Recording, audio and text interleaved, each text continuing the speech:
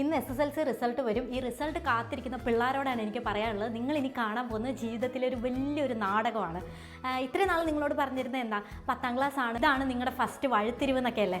ഇനി കേൾക്കാൻ പോകുന്നത് 10ാം ക്ലാസ് അല്ല നിങ്ങളുടെ ഫസ്റ്റ് വഴിത്തിരിവ്.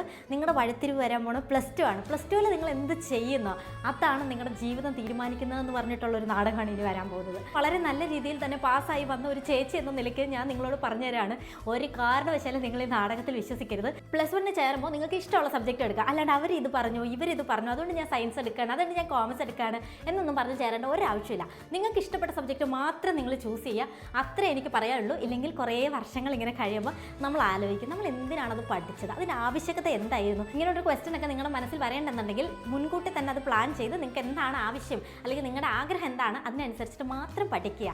പിന്നെ ഒരു കാര്യം, കൂട്ടുകാർ സയൻസ് എടുത്തുകൊണ്ട് ഞാനും സയൻസ് എടുക്കുകയാണ്, ആ ഒരു സാധനം പരീക്ഷിക്കരുത്, കുത്തുപാള എടുക്കും കേട്ടോ. ഇഷ്ടമാണെങ്കിൽ മാത്രം എടുത്താൽ മതി. അപ്പോൾ റിസൾട്ട് കാത്തിരിക്കുന്ന എല്ലാവർക്കും എൻ്റെ ആശംസകൾ.